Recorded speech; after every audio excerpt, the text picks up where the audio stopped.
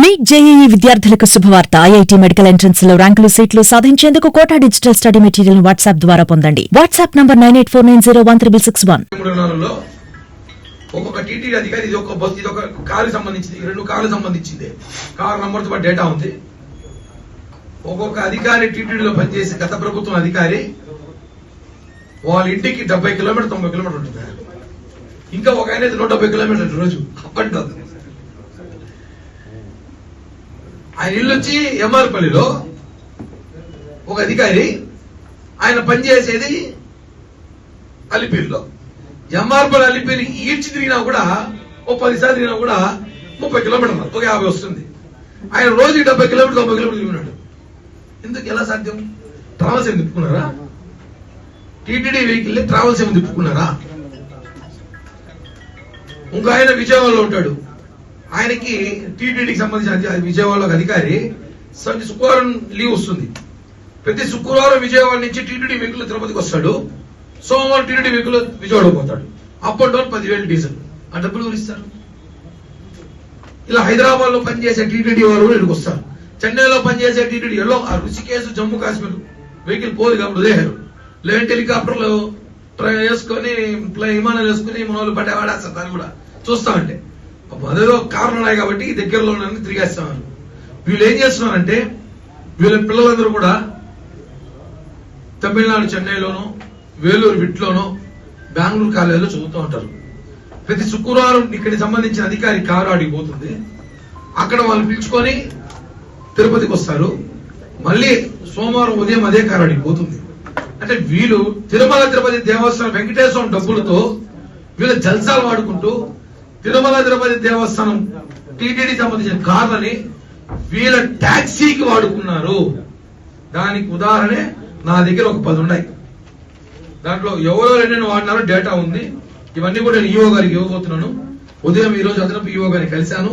దీని గురించి మాట్లాడితే ఆయన వెంటనే స్పందించి వెంటనే అధికారులు తెలుసుకోండి ఏ విషయం అనేసి కూడా అడిగాడు. నేను చెప్పా ఏ వెహికల్స్ డేటా ఉంది అడిగారు.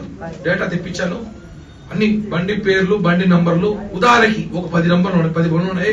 ఇవన్నీ కూడా ఒకసారి చెక్ చేయమని చెప్పండి. సీసీ కెమెరాలు, ఈ బండ్లు రాత్రులు ఆడుంటాయి, ఉదయం ఆడుంటాయి, మధ్యాహ్నం ఆడుంటాయి. ఇలా పని ఏంది? గత ప్రభుత్వంలో ఆ రెడ్డి గారి హయాంలో ఇవన్నీ జరిగింది. ఇలా జరగకూడదు.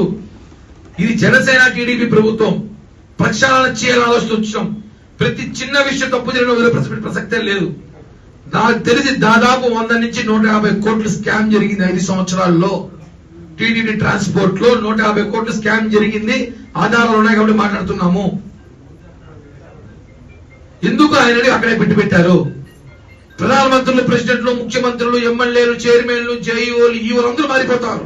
కానీ ఆ అధికారి మాత్రం ఎందుకు 20 సంవత్సరాలు 18 సంవత్సరాలుగా ఒకే స్థానంలో ఉన్నాడు? ఆయన తప్ప ఇంకెవరు చేయలేరు ఆ పనిని. ఆయనే చేసినట్టు పని ఇచ్చినాడు అందరికి బాగా. టీటీడీ వెహికల్ ని విచ్చలుడిగా వాడుకున్నారు ఒక ఆయన. ఇంకో విషయానికి వస్తే ఇంకో మహానుభావుడు ఉన్నాడు టీటీడీ రెవెన్యూ డిపార్ట్మెంట్ లో. ఆయన ఏ చైర్మన్ ఇచ్చి ఆయన సూపరింటెండెంట్ కొట్టాడు. అదెట్ అర్థం కాదు. ఏదైనా ఆయన జీవో తెచ్చుకున్నాడు తెల్ల. నాకు తెలిసి 10 ఏళ్ళగా నేను ఒక 3 చైర్మన్ చూసుంటా. 3 చైర్మన్కి ఆయనే సూపరింటెండెంట్.